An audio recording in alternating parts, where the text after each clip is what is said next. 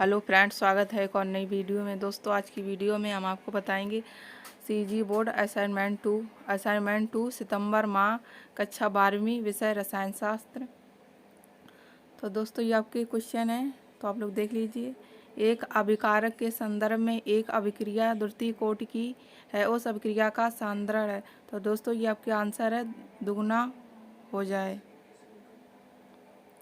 वेग बराबर के सांद्रता 2, अतः सांद्रता दुगनी करने पर वेग बराबर के 2 सांद्रता 2, वेग बराबर 4 के सांद्रता 2। अभिक्रिया का वेग 4 गुना हो जाएगा। तो आपका अगला दूसरा पॉइंट है सांद्रता आधी हो जाए, वेग बराबर के 1 अपॉन सांद्रता 2, वेग बराबर 1 अपॉन 4 के सांद्रता 2, अतः अभिक्रिया वेग 1/4 1/4 हो जाएगा। तो आपका दूसरा क्वेश्चन है एक अभिक्रिया में सक्रियत संकुल की भूमिका को आरेख की सहायता से समझाइए। तो दोस्तों, ये आपका आंसर है ऊर्जा अवरोध के शिखर पर स्थित उच्चतम ऊर्जा वाले अणु सक्रियता संकुल कहलाते हैं। किसी अभिक्रिया के संपन्न होने के लिए सक्रियता संकुल का बनना आवश्यक है, अतः कोई अभिक्रिया निम्न पदों द्वारा संपन्न होती है। अभिकारक संक्रियत संकुल उत्पादक। तो दोस्तों, ये आपके आंसर दिए, ये आपकी विवरण साड़ी बनी है, तो आप लोग देख लीजिए। चित्र आरेख स्पष्टीकरण। सक्रियत संकुल उच्चतम उसकी आयु कम होती है तथा बनने के बाद तुरंत उत्पाद परिवर्तित हो जाता है, अतः उच्च ताप रखने पर अभिक्रिया का वेग बढ़ जाता है। सक्रियण ऊर्जा तथा उससे अधिक ऊर्जा वाले अणुओं की संख्या को प्रदर्शित करता है। निम्न ताप टी वाले वक्र के छायांकित भाग लगभग दुगना है।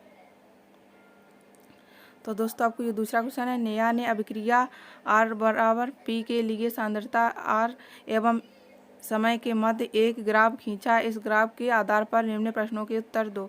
तो आपका आंसर है अवकलन पर समीकरण लिखिए। समय के साथ साथ जैसे जैसे अभिक्रिया की संख्या सांद्रता होती है, अभिक्रिया वेग घटता जाता है। इसके विपरीत अभिक्रिया वेग सामान्यतः अभिक्रियाओं की सांद्रता में वृद्धि होने से बढ़ता है, अतः अभिक्रिया का वेग अभिक्रिया की सांद्रता पर निर्भर करता है।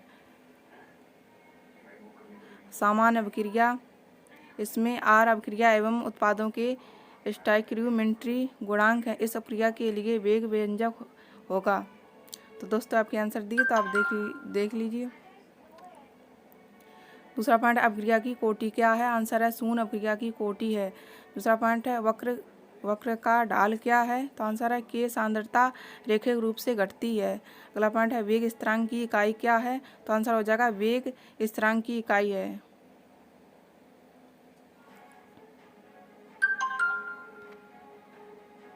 अभिक्रिया का अर्ध आयु काल क्या है? तो किसी अभिक्रिया में अभिकारक की प्रारंभिक सांद्रता का आधा जितने समय में उत्पाद में परिवर्तित हो जाती उसे अभिक्रिया का अर्धवायु काल कहते हैं। तो दोस्तों, तीसरा क्वेश्चन देखते हैं। प्रश्न तीसरा, गैसों का ठोसों पर अधिशोषण के लिए गाव का प्रभाव बताइए। आर्द्रता नियंत्रण एवं उच्च निर्वात हेतु अधिशोषण के अनुप्रयोग वर्णन कीजिए। तो आंसर हो जाएगा अधिशोषण के लिए दाब का प्रभाव। गैसों के अधिशोषण के दौरान उनका दाब घटता है, अतः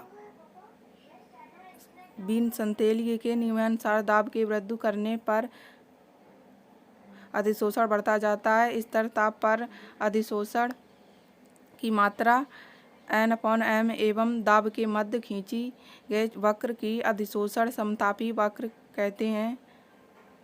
तो दोस्तों, आपकी साड़ी बनी, तो आप लोग देख लीजिए।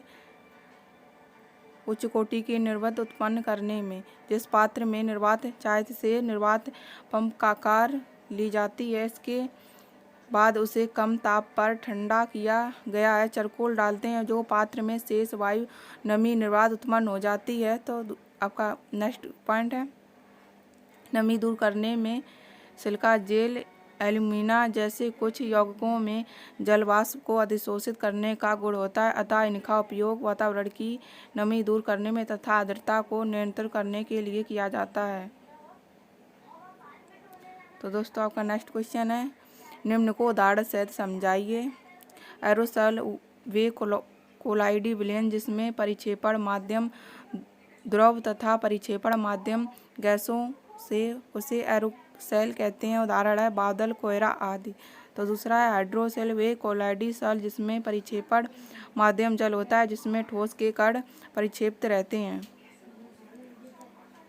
इसका उदाहरण जाएगा स्टार्च सॉल। बाह्य निम्नलिखित परिस्थितियों में प्रक्षेपण होंगे। जब प्रकाश किरण पुंज कोलाइड सॉल से गमन करता है, तो आंसर आपका आएगा जब प्रकाश की किरण कोलाइडी विलयन से गुजरती जाती है तो प्रकाश का प्रकीर्णन देखा जाता है। यह टिंडल प्रभाव कहलाता है। दूसरा पॉइंट है जल योजिक फेरिक ऑक्साइड सेल में सोडियम क्लोराइड विद्युत अपघट्ट मिलाया जाता है।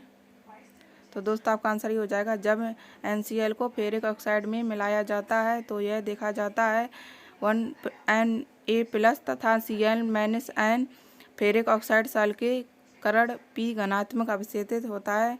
तो अगला पॉइंट है कोलाइडी सेल में विद्युत धारा प्रवाहित की जाती है। तो आंसर हो जाएगा कोलाइडी कण विपरीत अवशेषित इलेक्ट्रॉन की ओर गति करते हैं और यह उदासीन होकर जम जाता है। तो दोस्तों आज का वीडियो पसंद आया तो वीडियो को लाइक कीजिए, चैनल को सब्सक्राइब कीजिए, साथ ही बेल आइकन कीजिए जिससे हम कोई भी वीडियो डालें तो उसकी नोटिफिकेशन सबसे पहले आपके पास पहुंचे। वीडियो देखने के लिए धन्यवाद। Thanks for watching video.